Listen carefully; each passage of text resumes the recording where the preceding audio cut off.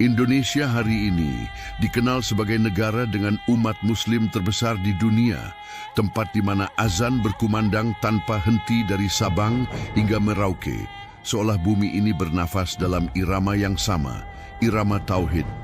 Namun, di balik kebesaran itu, jarang kita bertanya, bagaimana cahaya Islam pertama kali menyentuh tanah air ini? Siapa yang menyalakan lentera pertama di tengah samudera gelap masa lalu kita?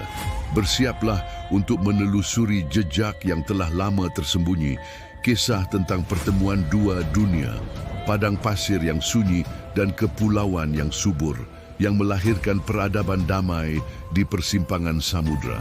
Ini bukan dongeng yang lahir dari legenda, melainkan sejarah yang perlahan dilupakan.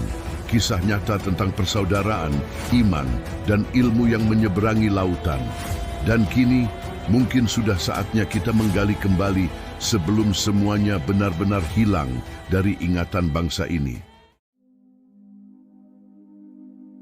Sejarah hubungan antara dunia Arab dan Kepulauan Nusantara tidaklah dimulai dengan datangnya Islam, melainkan telah berakar jauh lebih dalam.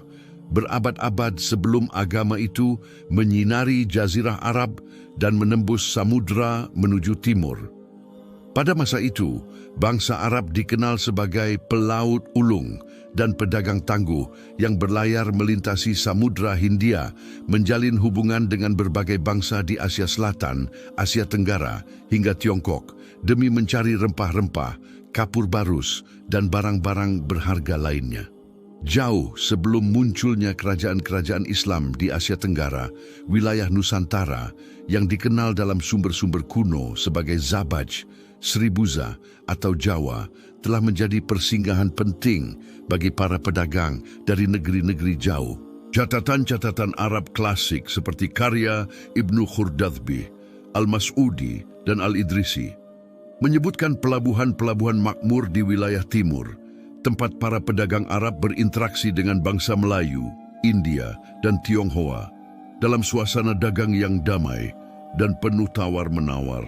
Aktivitas perdagangan itu tidak hanya melibatkan pertukaran barang, tetapi juga menjadi sarana pertukaran gagasan, teknologi, serta kebiasaan sosial yang perlahan membentuk jembatan budaya antara kedua kawasan yang jauh secara geografis tetapi dekat dalam semangat maritim dan peradaban pesisir.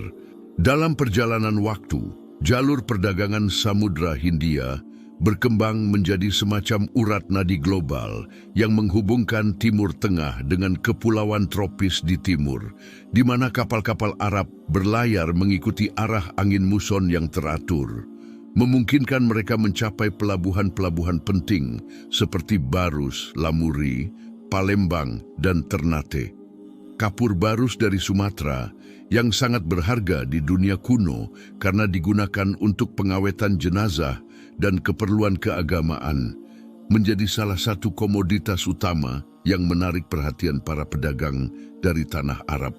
Dalam konteks inilah muncul kesan bahwa kontak awal antara Arab dan Nusantara tidak bersifat sepihak, melainkan saling membutuhkan, karena orang Nusantara memperoleh logam, tekstil, dan pengetahuan navigasi dari dunia Arab, sementara bangsa Arab mendapatkan rempah-rempah dan hasil bumi yang tidak bisa mereka temukan di tanah mereka sendiri. Jaringan perdagangan ini berlangsung dengan stabilitas tinggi karena adanya kepercayaan bersama dan sistem etika dagang yang diatur secara tradisional melalui perjanjian lisan dan simbol-simbol adat yang dihormati. Sementara itu, para pelaut Arab yang singgah di pelabuhan Nusantara seringkali menikah dengan perempuan setempat, menciptakan komunitas kecil yang kelak menjadi cikal bakal hubungan genealogis antara bangsa Arab dan penduduk pribumi di pesisir. Sumber-sumber sejarah menunjukkan bahwa pada abad ke-7 hingga ke-9 Masehi, Kerajaan Sriwijaya di Sumatera Selatan menjadi pusat penting dalam jaringan perdagangan global yang melibatkan pedagang Arab, Persia, dan India. Para sejarawan Arab mencatat kekayaan kerajaan ini dengan kekaguman, menyebutnya sebagai negeri yang dikelilingi lautan, dihuni oleh rakyat yang pandai berdagang, dan diperintah oleh raja yang disegani oleh para penguasa di timur. Kehadiran bangsa Arab di wilayah ini tidak hanya meninggalkan jejak ekonomi, tetapi juga jejak linguistik, karena beberapa istilah dalam bahasa Melayu kuno menunjukkan pengaruh kosakata dari bahasa Arab melalui jalur perdagangan tersebut. Hubungan dagang yang intens ini turut mendorong pertukaran budaya material seperti perhiasan, keramik, dan tekstil yang menunjukkan adanya inspirasi seni dari dunia Arab dan Persia. Melalui jalur pelayaran yang sama, kabar tentang peradaban Arab yang religius dan berorientasi pada nilai-nilai moral pun perlahan menyebar ke pelabuhan-pelabuhan di Asia Tenggara, menyiapkan tanah bagi penerimaan Islam beberapa abad kemudian. Dengan demikian, hubungan awal antara Arab dan Nusantara bukanlah hubungan antara penyebar agama dan penerima ajaran, melainkan hubungan ekonomi, budaya, dan sosial yang sangat kompleks dan saling menguntungkan. Pertemuan itu terjadi bukan karena ekspansi kekuasaan, melainkan karena dorongan alami manusia untuk berdagang, berpetualang, dan menjalin relasi lintas bangsa. Dari kontak inilah lahir cikal bakal jaringan perdagangan maritim yang kelak menjadi dasar penyebaran Islam di Nusantara. Karena ketika kepercayaan ekonomi sudah terbentuk, kepercayaan spiritual lebih mudah tumbuh dan diterima.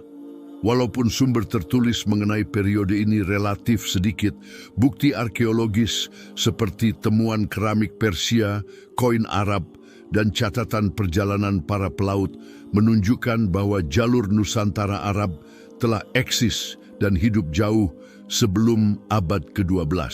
Sejarah ini menjadi penting untuk diingat karena menunjukkan bahwa hubungan antara Arab dan Nusantara bukan fenomena baru, melainkan bagian dari kisah panjang keterhubungan global yang menjadikan wilayah ini sebagai simpul peradaban dunia maritim sejak masa kuno. Datangnya Islam, jalur dagang bukan penaklukan. Masuknya Islam ke Nusantara bukanlah hasil dari ekspansi militer atau penaklukan, sebagaimana yang terjadi di beberapa wilayah lain, melainkan melalui jalur perdagangan, perkawinan, dan dakwah damai yang dilakukan oleh para pedagang serta ulama dari dunia Arab, Persia, dan Gujarat. Islam datang ke kepulauan ini dengan cara yang lembut dan bersahaja, tanpa peperangan, tanpa pemaksaan, dan tanpa kolonisasi, melainkan melalui contoh hidup dan perilaku para penyebar yang membawa nilai-nilai moral, etika dagang, serta ajaran spiritual yang mudah diterima oleh masyarakat pesisir yang telah lama terbiasa dengan kehadiran bangsa asing. Dalam konteks geografis, posisi strategis Nusantara di antara jalur perdagangan Samudra Hindia menjadikannya sebagai titik temu berbagai bangsa, dan disinilah pedagang-pedagang Arab yang berasal dari Hadramaut, Oman, dan Yaman sering berlabuh untuk berdagang rempah, kain, dan logam mulia.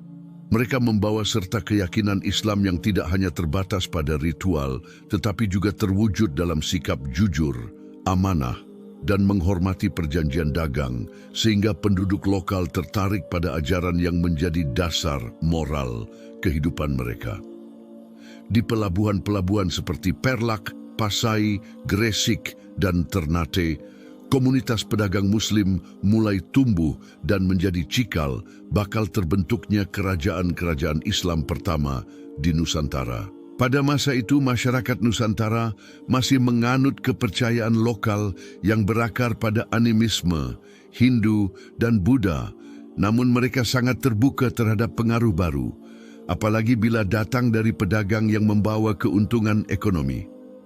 Islam dalam bentuknya yang sederhana dan praktis mudah menyesuaikan diri dengan tradisi lokal karena tidak menuntut perubahan mendadak terhadap adat dan budaya. Para pendakwah Arab dan Persia tidak datang dengan kekuatan militer, melainkan dengan kapal dagang dan kitab suci. Berdakwah melalui perilaku dan tutur kata yang santun, serta menjalin hubungan pernikahan dengan masyarakat setempat. Dari perkawinan campuran itu lahir generasi baru yang menjadi penghubung antara dua dunia. Dunia Arab yang membawa ajaran tauhid dan dunia Nusantara yang kaya akan budaya lokal. Di beberapa daerah seperti Aceh dan pesisir utara Jawa muncul tokoh-tokoh yang disebut syekh atau wali yang diyakini sebagai keturunan atau murid para pendakwah Arab, dan mereka memainkan peran penting dalam mengislamkan masyarakat dengan cara yang arif dan kontekstual. Islam menyebar melalui jaringan perdagangan maritim yang telah mapan sejak berabad-abad sebelumnya, dan karena itu penyebarannya berlangsung secara alami mengikuti arus ekonomi. Di pasar dan pelabuhan, para pedagang Muslim tidak hanya menukar barang, tetapi juga menukar cerita, doa, dan ayat-ayat suci yang mereka bacakan dalam keseharian. Melalui interaksi rutin ini, ajaran Islam mulai dikenal oleh para pemimpin lokal yang tertarik pada sistem sosial dan hukum yang ditawarkan oleh agama tersebut, terutama karena Islam memberikan dasar moral bagi keadilan dan tata niaga yang jujur. Di tempat-tempat seperti Samudra Pasai dan Aceh Darussalam, Islam kemudian diadopsi oleh kalangan istana karena dianggap mampu memperkuat legitimasi politik sekaligus memperluas jaringan perdagangan internasional. Ketika penguasa memeluk Islam, rakyat pun mengikutinya, dan lambat laun terbentuklah masyarakat Islam yang tetap berakar pada tradisi lokal. Perpaduan antara ajaran Islam dan budaya Nusantara melahirkan corak keberagamaan yang unik, ramah, toleran, dan berjiwa gotong royong yang menjadi ciri khas Islam di Indonesia hingga kini. Salah satu bukti kuat bahwa Islam datang melalui jalur damai adalah ketiadaan catatan perang penaklukan dalam sejarah penyebarannya di kepulauan ini. Tidak ada kisah tentang ekspedisi militer Arab yang menundukkan kerajaan-kerajaan lokal. Tidak ada kisah penghancuran candi dan tidak ada pemaksaan agama secara sistematis. Justru sebaliknya, Islam diterima dengan penuh sukarela karena para pembawanya berhasil menunjukkan keselarasan antara ajaran agama dengan nilai-nilai lokal seperti kejujuran, kesetiaan, dan penghormatan kepada orang tua. Mereka mengajarkan bahwa menjadi Muslim tidak berarti harus menolak warisan budaya sendiri, melainkan mengislamkan budaya dengan menanamkan nilai-nilai tauhid di dalamnya. Disinilah terlihat bahwa Islam di Nusantara tumbuh dalam suasana dialog, bukan dominasi, dalam semangat persaudaraan, bukan perebutan kekuasaan. Para pedagang Arab yang tinggal di pesisir kemudian menjadi tokoh masyarakat yang dihormati, karena mereka tidak hanya membawa keuntungan ekonomi, tetapi juga membawa sistem nilai yang menumbuhkan rasa keadilan dan kesetaraan dalam kehidupan sosial. Dengan demikian, Islam hadir di Nusantara sebagai agama yang datang melalui jalur damai, diplomasi budaya, dan hubungan dagang yang saling menguntungkan.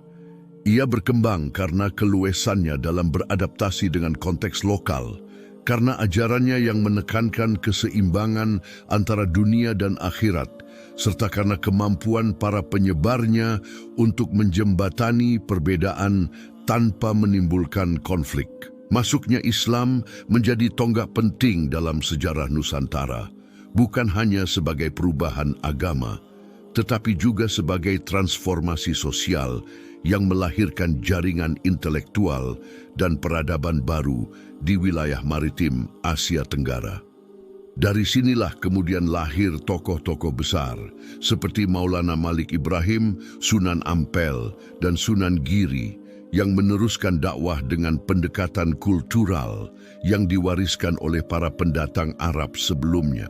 Sejarah ini membuktikan bahwa kekuatan Islam bukan terletak pada pedangnya, tetapi pada kata-kata, akhlak, dan kejujuran para pedagang serta ulama yang menjadi teladan hidup bagi masyarakat pesisir yang haus akan moralitas dan arah spiritual.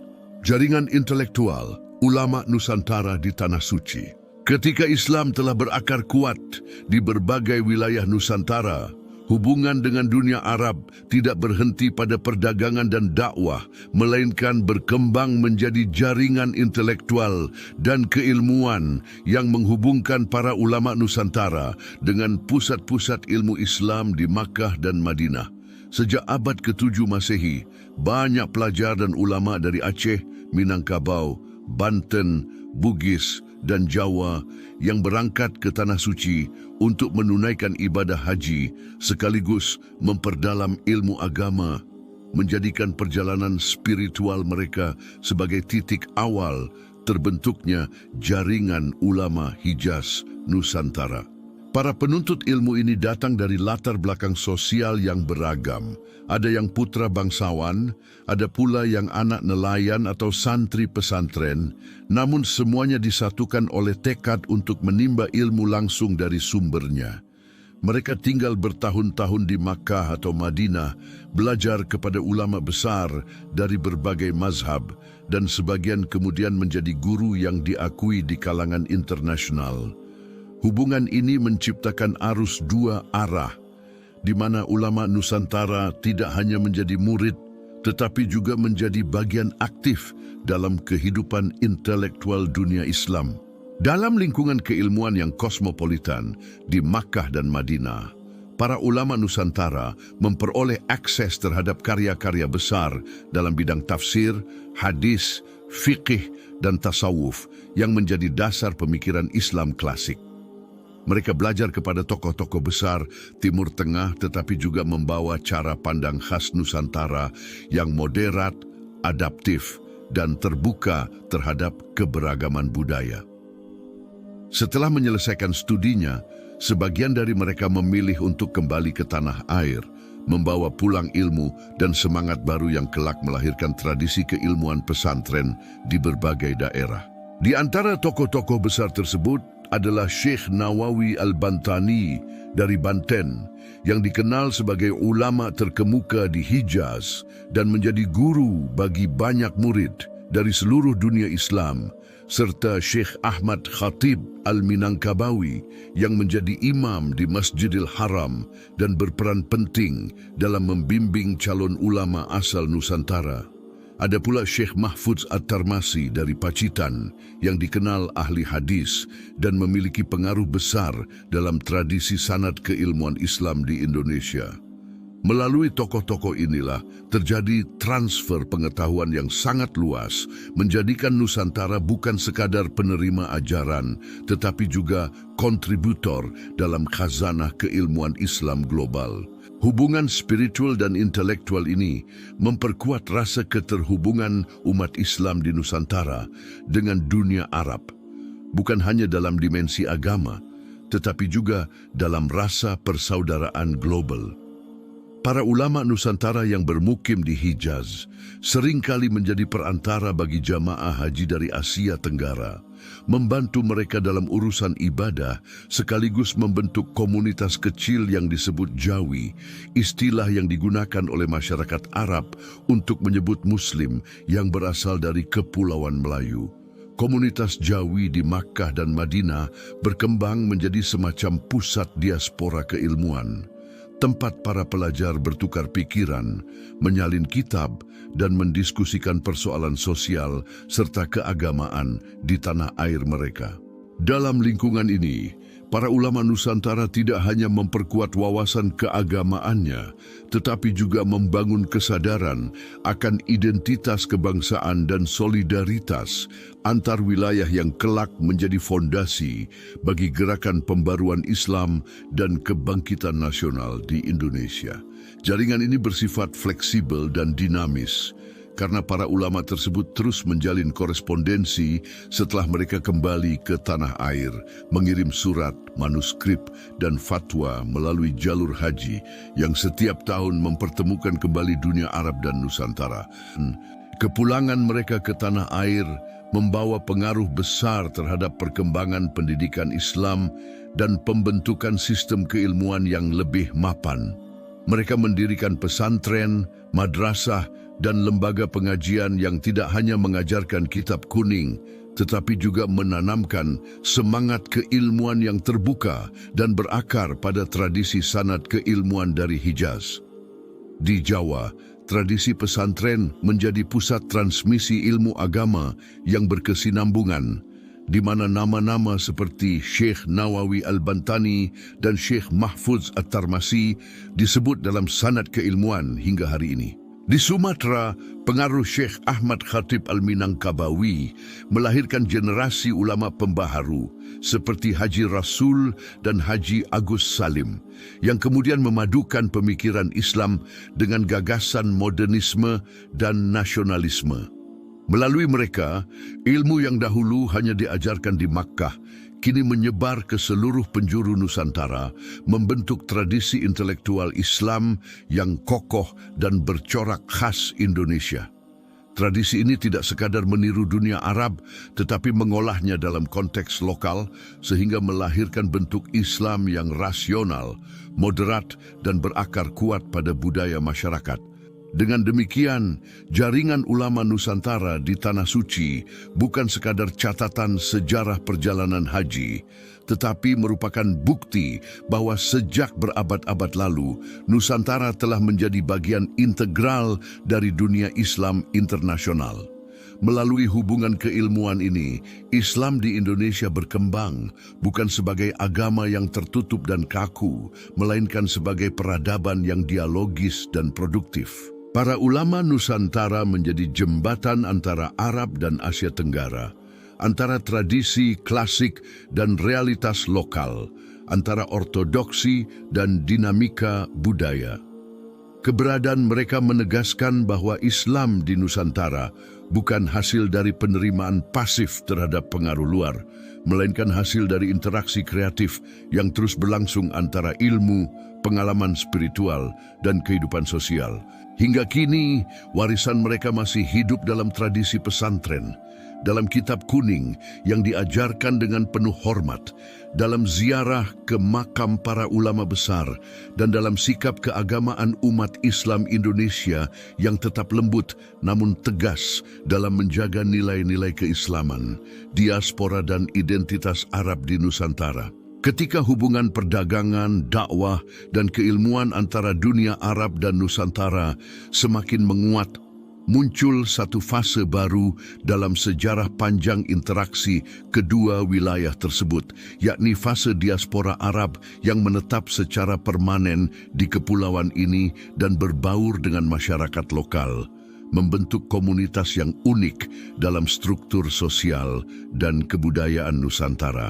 Sebagian besar dari mereka berasal dari wilayah Hadramaut di Yaman Selatan, daerah tandus, namun subur secara spiritual yang selama berabad-abad menjadi tanah kelahiran para ulama, saudagar, dan penyebar Islam terkenal.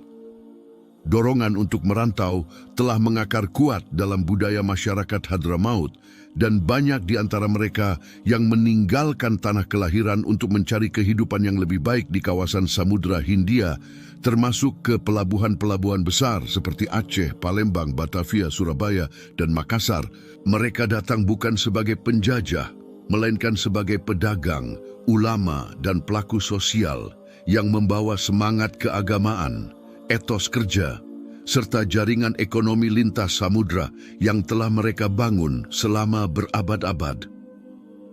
Ketika tiba di Nusantara, para imigran Arab ini tidak hidup terpisah dari masyarakat setempat, melainkan berbaur dan menikah dengan penduduk lokal, melahirkan keturunan campuran yang dikenal sebagai Arab peranakan yang memiliki identitas ganda, terikat dengan akar Arabnya, tetapi juga menyatu dalam budaya Nusantara.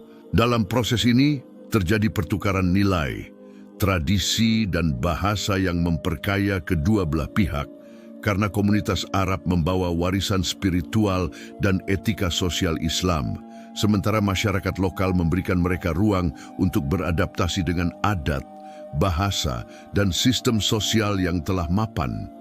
Di berbagai kota pesisir, mereka mendirikan permukiman khas Arab yang menjadi pusat kehidupan keagamaan dan perdagangan, di mana masjid dan madrasah tumbuh berdampingan dengan toko dan pelabuhan.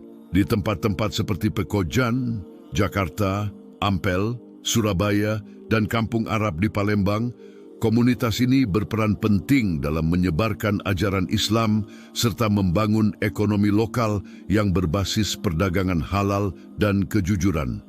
Mereka tidak hanya mengajarkan Al-Quran, tetapi juga memperkenalkan tradisi keilmuan, silsilah keagamaan, dan penghormatan terhadap keturunan Nabi Muhammad melalui kelompok Alawiyin, yaitu keluarga keturunan Nabi yang menjaga kemurnian sanad keilmuan dan spiritualitas Islam. Dari sinilah muncul banyak tokoh penting dalam sejarah Islam Indonesia, seperti Habib Hussein bin Abu Bakar Alaidrus di Luar Batang dan Habib Ali Kuitang di Batavia, yang dikenal sebagai ulama besar dan tokoh masyarakat yang berpengaruh. Namun, keberadaan komunitas Arab di Nusantara juga menghadapi dinamika sosial yang kompleks, terutama pada masa kolonial Belanda yang menerapkan kebijakan pemisahan sosial rasial melalui klasifikasi Vreemde Oosterlingen atau Timur Asing. Dalam sistem ini, masyarakat Arab ditempatkan di posisi antara orang Eropa dan pribumi, menciptakan batas sosial yang tidak jarang menimbulkan ketegangan identitas. Di satu sisi, mereka dianggap asing karena memiliki darah Arab dan mempertahankan tradisi keagamaannya yang kuat. Di sisi lain, mereka tidak sepenuhnya diterima sebagai bagian dari elit kolonial. Namun justru dari tekanan sosial itulah muncul kesadaran baru di kalangan Arab peranakan untuk memperjuangkan posisi mereka sebagai bagian integral dari masyarakat Indonesia yang lebih luas. Pada awal abad ke-20, lahirlah gerakan sosial dan pendidikan seperti Al-Irsyad Al-Islamiyah yang dipelopori oleh Ahmad Surkati, seorang ulama dari Sudan yang berkolaborasi dengan masyarakat Arab peranakan untuk mendorong pendidikan modern dan pembaruan pemikiran Islam. Gerakan ini kemudian berperan besar dalam membentuk kesadaran intelektual dan kebangsaan di kalangan masyarakat keturunan Arab di Indonesia. Selain itu, komunitas Arab juga berperan penting dalam penguatan jaringan dakwah dan pendidikan Islam di berbagai daerah. Mereka mendirikan pesantren, majelis taklim, serta lembaga sosial yang menjadi wadah bagi penyebaran ilmu agama dan kegiatan kemasyarakatan.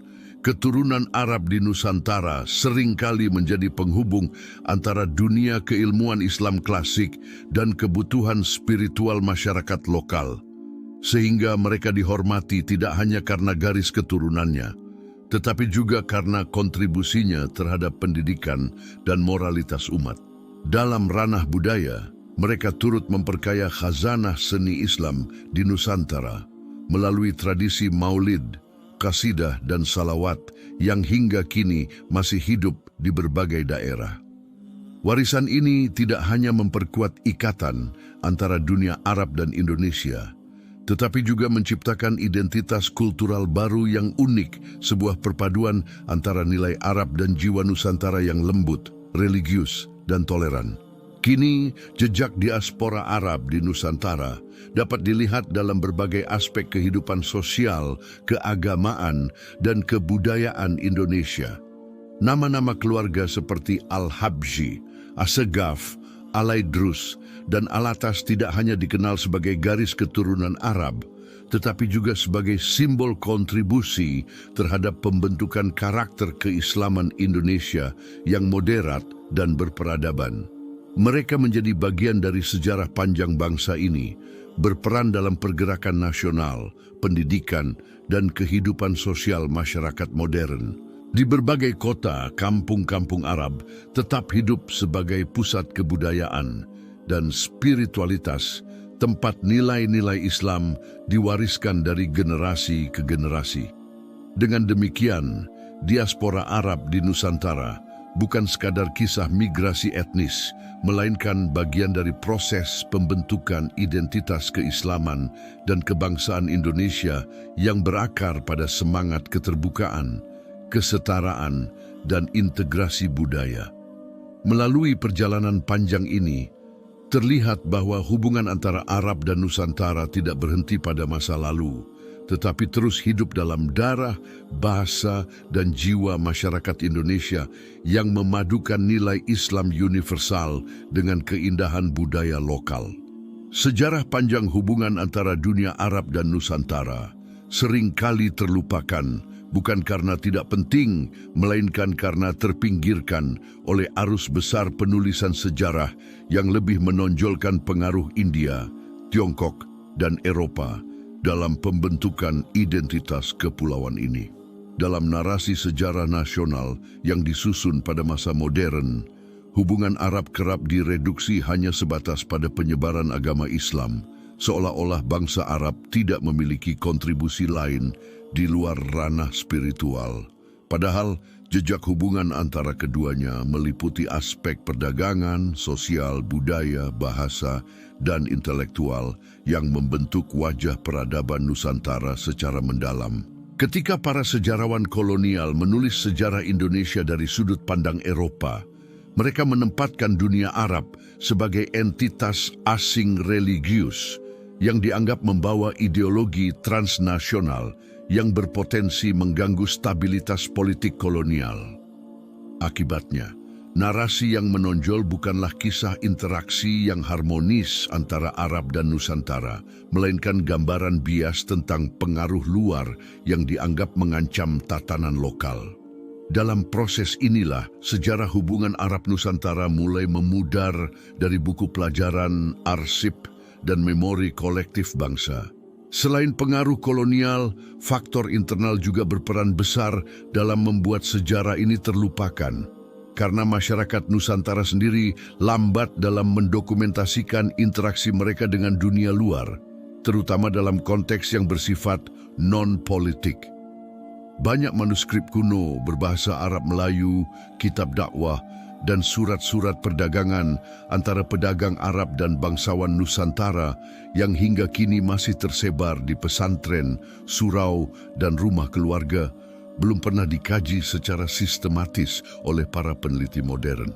Hilangnya naskah-naskah ini baik karena faktor iklim, penjajahan, maupun kurangnya kesadaran sejarah menyebabkan terputusnya rantai pengetahuan tentang hubungan yang sebenarnya sangat erat itu. Dalam banyak kasus, kisah-kisah penting tentang ulama, saudagar, dan komunitas Arab di Nusantara hanya hidup dalam tradisi lisan, diwariskan dari mulut ke mulut tanpa pernah ditulis dalam bentuk sejarah akademik yang diakui. Akibatnya, generasi sekarang lebih mengenal kisah kedatangan Portugis atau Belanda daripada kisah bagaimana pedagang Arab membangun pelabuhan, memperkenalkan alfabet Jawi, atau mengajarkan sistem zakat dan perdagangan halal di kota-kota pesisir sejak berabad-abad sebelumnya. Hal lain yang membuat sejarah ini terlupakan adalah kecenderungan modernisasi pendidikan yang menempatkan narasi Barat sebagai pusat perkembangan dunia. Dalam sistem pendidikan kolonial dan pasca kemerdekaan, sejarah Islam dan hubungan dengan Timur Tengah sering dianggap sebagai bagian kecil dari pelajaran agama, bukan sebagai bagian integral dari sejarah nasional. Padahal, pengaruh dunia Arab terhadap sistem sosial dan politik di Nusantara sangat besar, mulai dari pembentukan kerajaan Islam, lembaga pendidikan, hukum syariah, hingga sistem sosial berbasis komunitas. Di masa modern, ketika istilah Arab sering diasosiasikan dengan konflik atau radikalisme, banyak pihak enggan mengkaji sejarah hubungan ini secara terbuka karena khawatir dikaitkan dengan isu-isu sensitif politik dan ideologi. Padahal, yang terlupakan bukan hanya tokoh dan peristiwa, tetapi juga nilai-nilai universal seperti kejujuran, solidaritas, dan spiritualitas yang menjadi inti dari hubungan Arab Nusantara di masa lalu. Selain itu, keterlupaan ini juga mencerminkan krisis identitas sejarah yang dialami masyarakat Indonesia modern, yang seringkali lebih bangga terhadap warisan asing dari Barat daripada akar peradaban Islam yang dibangun melalui interaksi dengan dunia Arab. Kita lebih mengenal Marco Polo dan Cornelis de Houtman daripada mengenal Syekh Yusuf Al-Makassari, Syekh Abdurrauf As-Singkili, atau Syekh Nawawi Al-Bantani. Padahal, Tokoh-tokoh inilah yang menjadi jembatan antara Nusantara dan dunia Islam internasional. Di berbagai museum, peninggalan kolonial dijaga dengan rapi, sementara dokumen dan artefak Arab Melayu berdebu di rak-rak tua, menunggu tangan-tangan yang peduli untuk membacanya kembali. Ironisnya, justru di tengah globalisasi modern, inilah hubungan spiritual dan kultural dengan dunia Arab mulai terjalin kembali, meski sering tanpa pemahaman historis yang mendalam. Padahal, dengan memahami akar sejarahnya, kita dapat melihat bahwa hubungan ini bukanlah hubungan subordinasi, melainkan hubungan setara antara dua peradaban maritim yang saling belajar dan saling memperkaya. Kini, ketika dunia akademik mulai menaruh perhatian baru terhadap sejarah global selatan dan jaringan lintas samudra, muncul kembali kesadaran akan pentingnya menelusuri jejak hubungan Arab Nusantara yang telah lama tersembunyi di balik narasi kolonial. Penelitian-penelitian baru tentang manuskrip Arab Melayu, jaringan ulama Hijaz, dan diaspora Hadramaut membuka kembali tabir yang menutupi kedalaman hubungan ini. Sejarah yang dulu dianggap sampingan, kini mulai diakui sebagai bagian integral dari perjalanan peradaban Indonesia. Namun, pekerjaan besar masih menanti, yakni menghidupkan kembali kesadaran masyarakat akan nilai historis hubungan tersebut, bukan sekadar untuk romantisme masa lalu, tetapi sebagai pijakan untuk memahami jati diri bangsa yang sesungguhnya. Karena dengan mengenang hubungan itu, kita tidak hanya mengingat masa silam, tetapi juga meneguhkan bahwa Islam Indonesia lahir dari pertemuan yang damai, intelektual, dan manusiawi antara Arab dan Nusantara. Maka, menelusuri sejarah yang terlupakan ini bukanlah sekadar upaya akademis, melainkan langkah spiritual untuk mengenali kembali akar budaya yang telah menjadikan Nusantara sebagai bagian berharga dari peradaban Islam dunia.